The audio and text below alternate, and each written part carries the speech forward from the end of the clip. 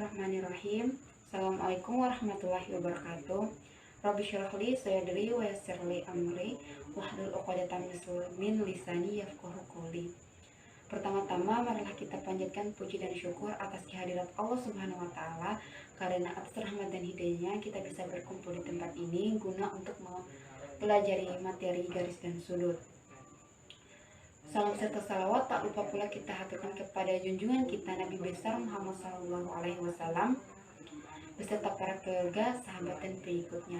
Sebelum memulai pelajaran, terlebih dahulu kita berdoa untuk agar Allah dapat memudahkan dan bisa memahamkan materi yang saya sampaikan hari ini, yaitu berdoa dimulai.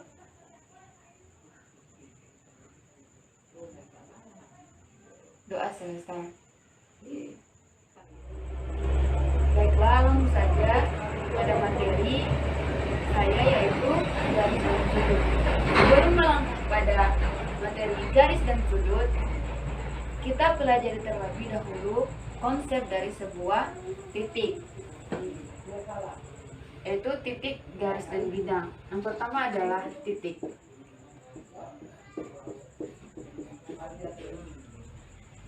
Titik adalah sebuah simbol yang tidak mempunyai ukuran panjang, lebar, dan tinggi. Biasa disimpulkan pada huruf kapital, yaitu kita misalkan di sini sudut A. Oke, di sini ada titik A dengan simbol huruf kapital. Selanjutnya adalah garis.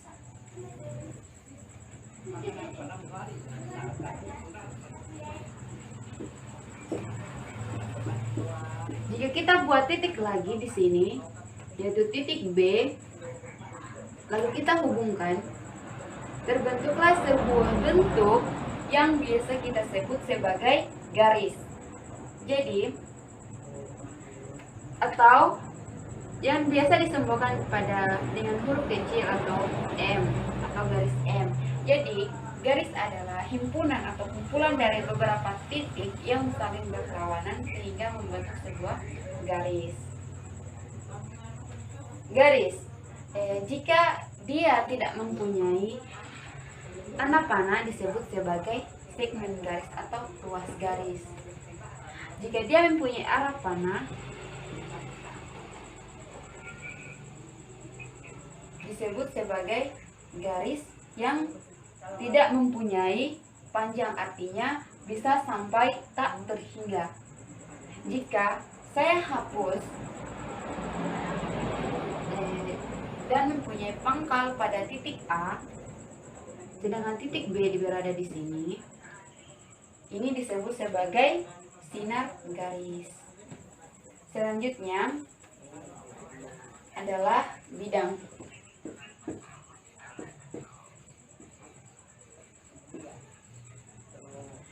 Apabila saya tulis di sini titik A, di sini titik B, dan di sini titik C, dan kita hubungkan semuanya, terbentuklah sebuah bidang.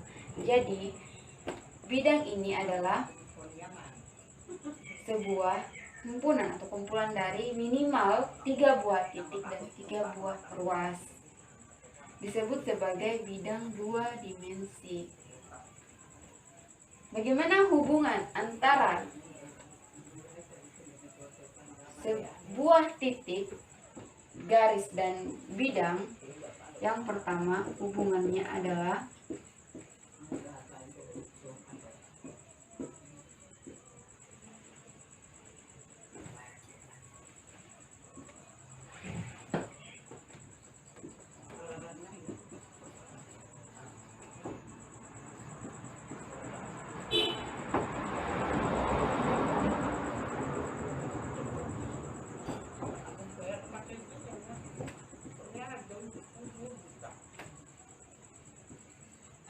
dan bidang. Yang pertama adalah hubungan titik dan garis. Jika ada garis M dan garis A atau titik A, Ini disebut sebagai titik A berada di luar garis M. Jika titik A berada di sini, maka disebut sebagai bahwa titik A terletak di dalam garis M. Selanjutnya, hubungan antara titik dan bidang. Kita hubungkan di sini. Pertama, bidang M. Apabila titik berada di sini, maka disebut sebagai titik A berada di dalam bidang M. Jika simbol titik yang berada di sini, maka titik A berada di luar bidang M. Selanjutnya, hubungan antara garis dan bidang. Garis dan bidang. Kita simbolkan di sini. Dan ada garis M. Ini bidang A. Berarti garis M memotong sebuah bidang A. Apabila garis tidak melewati garis M berada di sini, maka berarti garis M berada di dalam bidang A. Mungkin seperti itu hubungan antara garis, titik, dan bidang. Oke, selanjutnya adalah materinya kedudukan dua garis atau dua buah garis. Di sini saya mempunyai garis M dan garis A. Kita lihat ciri-cirinya. Ia tidak bertemu dan tidak akan pernah bertemu, sampai ke ujung dunia pun tidak akan pernah ketemu. Garis M dan garis A ini berarti garis mempunyai adalah garis yang sejajar dan tidak berpotongan. Kalau saya misalkan seperti ini, garis A-nya, maka garis M dan A itu tidak sejajar tetapi berpotongan. Dia akan berpotongan dan mempunyai titik temu dan kita menamakan titik O. Selanjutnya, ini garis M, dan selanjutnya saya akan bikin garis A. Ini garis A-nya lurus ke bawah. Ini disebut sebagai garis M dan garis A itu saling tegak lurus. Itulah kedudukan dua buah garis. Selanjutnya, materi sudut.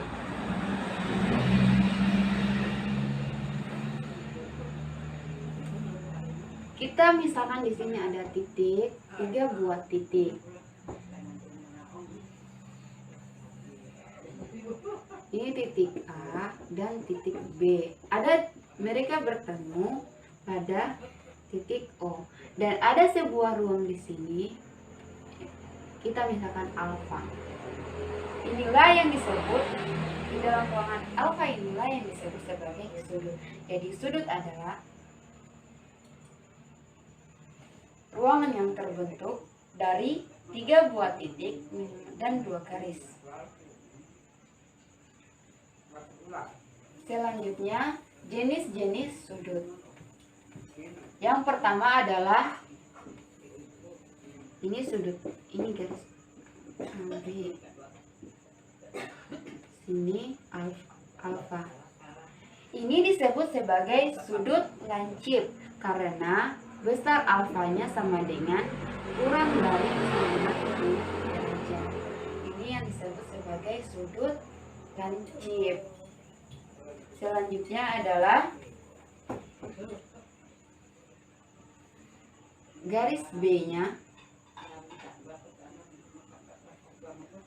Ini alfa, yang sangat umum kita ketahui bahwa ini disebut sebagai sudut siku-siku karena besaran sudutnya itu pasti 90 derajat. Selanjutnya, jenis sudut yang selanjutnya adalah ini, kita misalkan alfa. Ini disebut sebagai sudut tumpul. Besaran sudutnya itu pasti alfa lebih dari 90 tapi kurang dari 180 derajat. Pasti nilai alfanya itu lebih besar daripada sudut siku-siku dan pasti kurang dari 180 derajat. Bagaimana besar sudut 180 derajat? Dia membentuk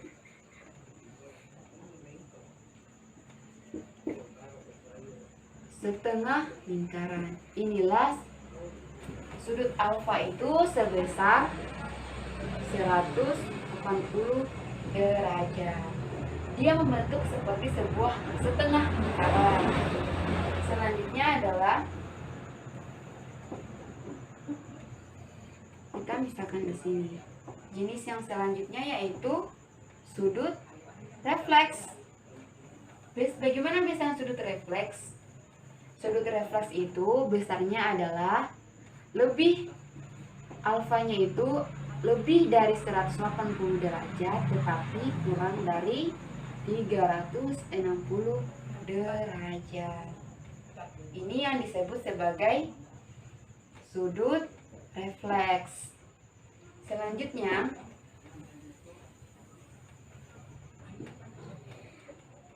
sudut A itu berputar sebanyak satu lingkaran penuh. Gimana besarnya?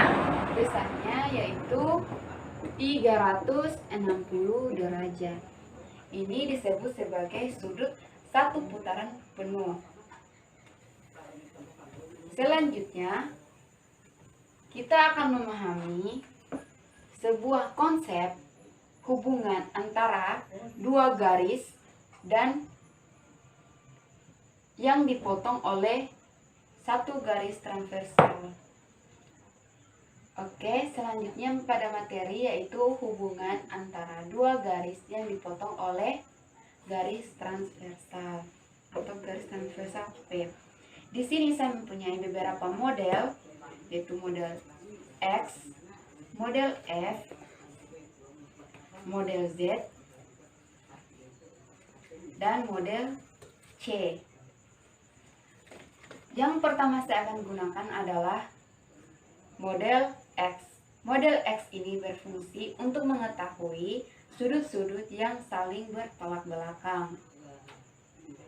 Di sini fungsinya yang pertama yaitu langkah-langkahnya adalah kita tempel model X pada papan sedemikian sehingga garis yang ada pada model saling berhimpit dengan garis yang ada pada papan. Selanjutnya kita putar searah jarum jam sebesar 180 derajat.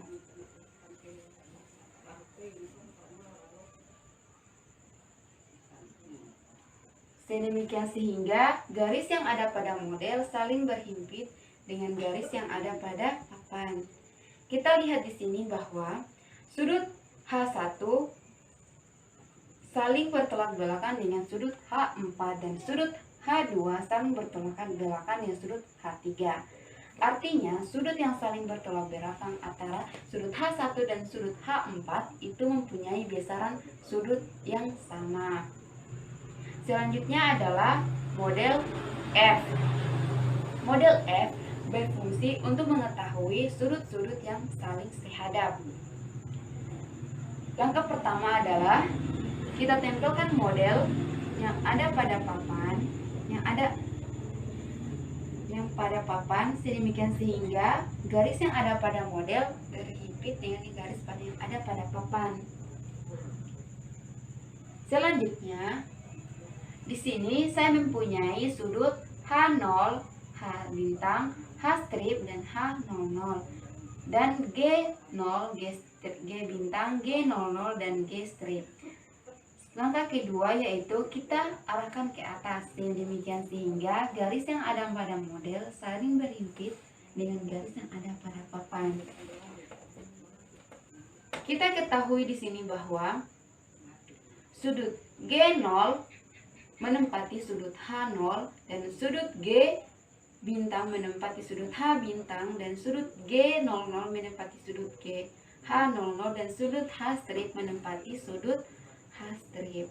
Ini artinya bahwa sudut G1 mempunyai besaran dengan yang sama atau sehadap dengan H1, sudut G2 sehadap dengan sudut H2, sudut G4 sehadap dengan sudut H2, dan sudut G3 sehadap dengan sudut H3. Artinya sudut-sudut tadi mempunyai sudut H1 tadi mempunyai besaran sama dengan sudut G1. Artinya H1 sehadap dengan sudut G1 dan seterusnya. Model selanjutnya adalah model Z. Model Z ini berfungsi untuk mengetahui sudut-sudut yang saling berseberangan. Kita ketahui bahwa sudut yang berseberangan itu ada dua, yaitu sudut berseberangan dalam dan sudut berseberangan luar. Langkah pertama adalah kita tempelkan model pada papan sedemikian sehingga model yang ada, garis yang ada pada model saling berhimpit dengan garis yang ada pada papan. Langkah kedua adalah kita putar sebesar atau arah jarum jam sebesar 180 derajat. Kita lihat di sini bahwa sudut H1, kita lihat di sini sudut G1 tadi saling berseberangan dalam dengan sudut G3 tadi. Sudut G2 saling bertolak belakang atau saling bertolak belakang dalam dengan sudut H3. Sudut H4 bertolak belakang dengan sudut H1. G1 ini bersudut berseberangan dalam, sedangkan sudut berseberangan luar adalah sudut H2 saling berseberangan luar dengan sudut G3, dan sudut H1 saling bertolak belakang dengan sudut G4. Selanjutnya adalah sudut C. Model C. Model C ini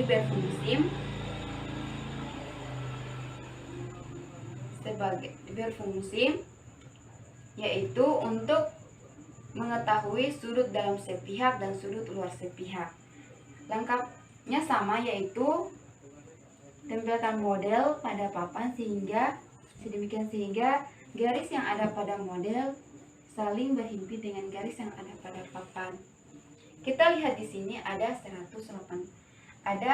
sudut H4. Jika kita putar searah, kita buat sebuah ruangan sudut H4, terus kita putar searah jarum jam.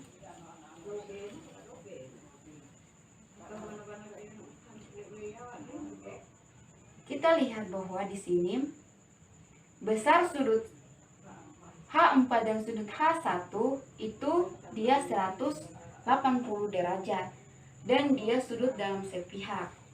Dan sudut H1 dan sudut H4 G4 itu dia sudut luar sepihak yang bentuk 180 derajat. Itulah tadi materi kita dan sudah selesai saya sampaikan untuk hari ini. Mungkin lebih dan kurangnya mohon dimaafkan. Apabila ada salah kata juga mohon dimaafkan. Terlebih dahulu kita mengucapkan alhamdulillah. Oke, wassalamualaikum warahmatullahi wabarakatuh.